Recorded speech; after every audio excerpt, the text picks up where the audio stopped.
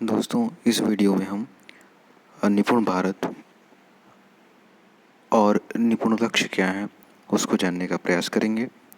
तो सबसे पहले हम जानते हैं कि निपुण का अर्थ क्या है।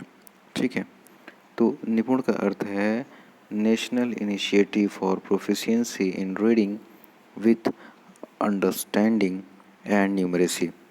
आधारभूत साक्षरता और संख्या ज्ञान में कुशलता के लिए एक राष्ट्रीय पहल है।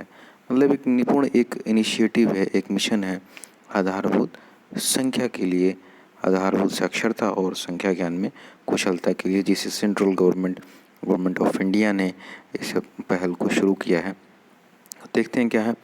NEP 2020 FLN NEP 2020 की जब हम बात करते हैं, यहाँ पे जब हम 2020 NEP की बात करते हैं तो हम देखेंगे कि सीखने के परिणामों को ध्यान में रखते हुए जो नई शिक्षा नीति है वो सीखने के परिणामों को ध्यान में रखते हुए बनाई गई है, जिसमें विशेष रूप से ध्यान रखा गया है कि आधारभूत साक्षरता जो है, हमारी बेसिक जो चीज़ें हैं और जो संख्या ज्ञान है उसको हमारे बच्चे आराम से हासिल कर लें, और वही हमारी प्राथमिकता है। बाकी और सारी चीज़ें इसके अनुसार अर्थहीन हो जाएंगी अगर हमारे बच्चे जो है पढ़ना लिखना और बुनियादी गणित को जानते ही नहीं हैं। तो आधारभूत सीख को देश की सर्वोच्च प्राथमिकता बताना पहला है। इसके लक्ष्य क्या हैं? दूसरा है आधारभूत साक्षरता और गणित के लिए एक राष्ट्रीय अभियान की शुरुआत करना, और तीसरा है प्राथमिक कक्षाओं में 2026-27 तक संपूर्ण आधारभूत और साक्षरता और संख्या ज्ञान प्राप्त कराना।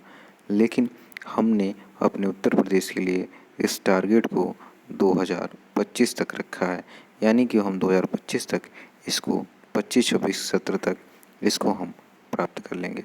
चलिए, कक्षा 3 तक आधारभूत शिक्षा में संपूर्ण उपलब्धि पाना स्कूली शिक्षा की सर्वोच्च प्राथमिकता है। अब कारण क्यों है? क्योंकि जो कक्षा 3 में जो बच्चे चले आए हैं वो जब कक्षा 1 में थे उसी समय कोविड आ गया, कोविड का दौर था उस समय। जब कोविड आ गया कक्षा 1 में थे तो अब जो है कि 2 साल उन्होंने कुछ सीखा नहीं। ये अजीज फ्रेमडी फाउंडेशन और अन्य फाउंडेशन ने जो सर्वे किया है उसमें पता चल रहा है कि बच्चों की सीखने की क्षमता में कुछ कमी आई है। इस प्रकार हमने ये लक्ष्य रखा है कि हम कुछ विशेष कक्षाओं में 2 और 3 में विशेष ध्यान देंगे। ये निपुण भारत अभियान का लक्ष्य क्या है? सबसे पहला है समझ के साथ पढ़ना। बच्चे पढ़ने तो लगते हैं लेकिन उनको समझ में नहीं आता है कि वो पढ़ क्या रहे हैं। ठीक है, रुक रुक के जो पढ़ते हैं, धारा प्रवाह नहीं पढ़ते हैं, तो उनका ध्यान जो है रुक रुक के पढ़ने में ही रहता है, वो समझ नहीं पाते हैं। दूसरा क्या है? दूसरा है लिखना।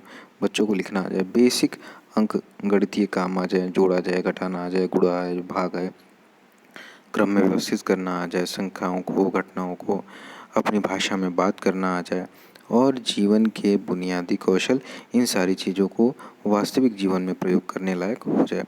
तो 26-27 तक का जो टारगेट है कक्षा 3 तक का, प्रत्येक बच्चा आधारभूत साक्षरता और संख्या ज्ञान प्राप्त कर लेता है।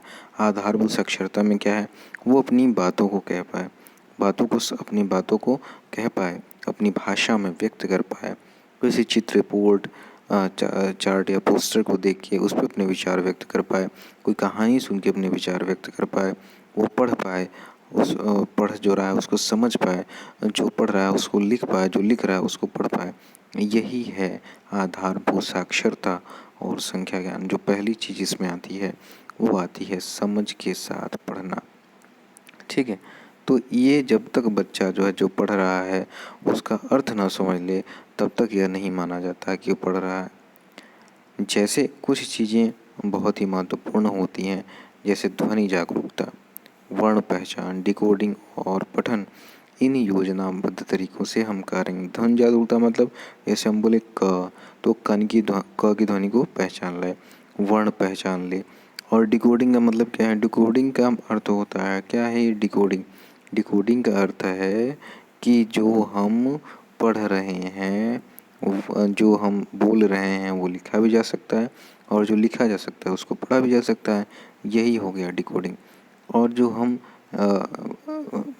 बोल रहे हैं उसको लिख भी सकें। फिर अगला है बुनियादी गणित संक्रिया और जीवन के बुनियादी कौशल। तो निपुण भारत के उद्देश्य क्या क्या हैं? ठीक है, पहले से शुरू करते हैं। खेल, खोज और गतिविधि आधारित शिक्षण शास्त्र। और उसने कहा है कि बच्चों को स्वतंत्र रूप से छोड़ दीजिए प्रकृति की गोद में और उसको सीखने का अवसर दीजिए। तो निपुण लक्ष्य यही है कि खेल, खोज और गतिविधि आधारित शिक्षण जो हो। दूसरा है बच्चों को प्रेरित करना, स्वतंत्र रूप से पठन समझ के साथ पढ़ने लिखने और संलग्न लिखने और पढ़ने के स्थायी कौशल वाला बनाना। तीसरा है बच्चों को संख्या, माप और आकार से जुड़ी चीज़ों क्षेत्र को तर्क संगत बनाने के लिए समझाना, समस्या समाधान करना, गणना करना। तो माप, अमानक माप, मानक माप, 3D आकृति, 2D आकृति, इन सबको बताना। फिर अगला क्या है? बच्चों को घर की परिचित मातृभाषा भाषाओं में शिक्षण की सामग्री उपलब्ध करना। मातृभाषा क्या होती है? जो माता पिता बोलते हैं, जो घर में बोली जाती है, वही मातृभाषा होती है। अगला क्या है? शिक्षकों, प्रधानाध्यापकों और शिक्षकों का क्षमता संवर्धन या निर्माण, आजीवन सीखने की एक मजबूत नींव बनाना, पोर्टफोलियो, समूह और मिलजुल कर कार्य करना आदि। और सभी विद्यार्थियों के सीखने के स्तर को ट्रैकिंग सुनिश्चित करना। ध्यान रखिएगा, यहाँ एक शब्द आया है ट्रैकिंग। ये इस बार लक्ष्य रखा गया है कि जो हम सीख रहे हैं उसको ट्रैक भी करते रहें। चलिए, अब सबसे महत्वपूर्ण आते हैं कि निपुण भारत मिशन का अधिगम लक्ष्य क्या है। ठीक, अधिगम लक्ष्य क्या है? तो हम बाल वाटिका की बात करते हैं। तो बाल वाटिका में क्या है? बाल वाटिका में है कि गणित में बच्चा 10 तक के अंकों को पहचानना और पढ़ना, एक क्रम में घटनाओं की संख्या, वस्तु और आकृतियों को क्या करना है? व्यवस्थित कर लेना। और भाषा में क्या है? भाषा में है अक्षरों और उनकी संगत ध्वनियों को पहचानना। ये बहुत ही महत्वपूर्ण है, इसको सभी याद रखना चाहिए। अक्षरों, उनकी संगत ध्वनियों को पहचानना और कम से कम 2 अक्षर वाले सरल शब्दों को पढ़ना। ठीक ही प्रकार से जब हम कक्षा 1 में आएंगे तो कक्षा 1 में क्या है? 99 तक की संख्याएं पढ़े और लिखें। 99 तक की संख्याएं पढ़े और लिखे। सरल जोड़ और घटाव, यानी कि 1 अंक का जोड़ और घटाव। यहाँ पे ध्यान दीजिए, कक्षा 1 है तो 99 तक की संख्या है। जब कक्षा 2 में जब हम जाएंगे तो 999 तक की संख्याएं पढ़े और लिखें। और जब कक्षा 3 जाएंगे तो 9900 संख्याओं की वो बात होती है। फिलहाल कक्षा 1 पे देखते हैं। तो कक्षा 1 में क्या है? कक्षा 1 में है कि वो 99 तक की संख्याओं को पढ़ ले। ठीक है, अब अगला देखते हैं। अगला क्या है? अर्थ के साथ पढ़े और ऐसे छोटे वाक्य जो उम्र के अनुसार किसी अज्ञात पाठ का भाग हो, 4-5 सरल शब्दों या 5 सरल शब्दों उसको पढ़ ले। ठीक है, अर्थ के साथ पढ़े और 45 से 60 शब्द प्रति मिनट कक्षा 2 के लिए। ये 45 से 60 है। और 999 तक की संख्याएं पढ़े और लिखिए और 99 तक की संख्याएं जोड़े और घटाएं। ठीक इसी प्रकार से जब कक्षा 3 की बात हम करेंगे तो कक्षा 3 में हम आ जाते हैं। तो कक्षा 3 में क्या है? कक्षा 3 में है कम से कम 60 शब्द प्रति मिनट पढ़े और 4 अंक की संख्याएं पढ़े और लिखे। 9999 तक की संख्याएं पढ़े और लिखे। सरल गुणा और समस्याओं को हल करें। तो ये जो है निपुण लक्ष्य है, इसको हम सभी को देखना है, कंठस्थ करना है, ताकि हम निपुण लक्ष्य को 2025-26 तक प्राप्त कर पाएँ। निपुण लक्ष्य भाषा का बाल वाटिका के लिए निर्धारित सूची में से 2 अक्षर वाले 5 शब्दों को सही से पढ़ लेते हैं। कक्षा 1 के लिए 5 सरल शब्दों 2 अक्षर से बने वाक्य पढ़ लेते हैं। कक्षा 2 के लिए अनुच्छेद को 45 शब्द प्रति मिनट के प्रवाह से पढ़ लेते हैं। अनुच्छेद को पढ़कर 75% प्रश्नों को हल कर लेते हैं।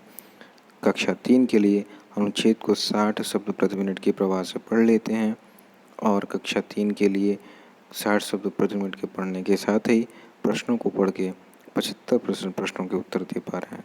ठीक इसी प्रकार से गणित में है, बाल वाटिका में 10 तक की संख्याएं पढ़ लेते हैं। दी गई संख्याओं, वस्तुओं, आकृतियों, घटनाओं को क्रम में व्यवस्थित कर लेते हैं। कक्षा 1 में 1 अंक के जोड़ एवं घटाव के 75% हल कर लेते हैं। कक्षा 2 में जोड़, योग 999 तक एवं घटाव 2 अंकी के 75% प्रश्नों को हल कर लेते हैं। कक्षा 3 में जोड़ 999 एवं घटाव 3 अंकी के 75 प्रश्नों के हल कर लेते हैं तथा कक्षा 3 में ही 2 से 10 तक संख्याओं से गुणा करके 75 प्रश्नों को हल कर लेते हैं। अगर वीडियो को अच्छा लगा हो तो चैनल को सब्सक्राइब करिए और वीडियो को लाइक करें। अगले वीडियो में फिर मिलते हैं। धन्यवाद।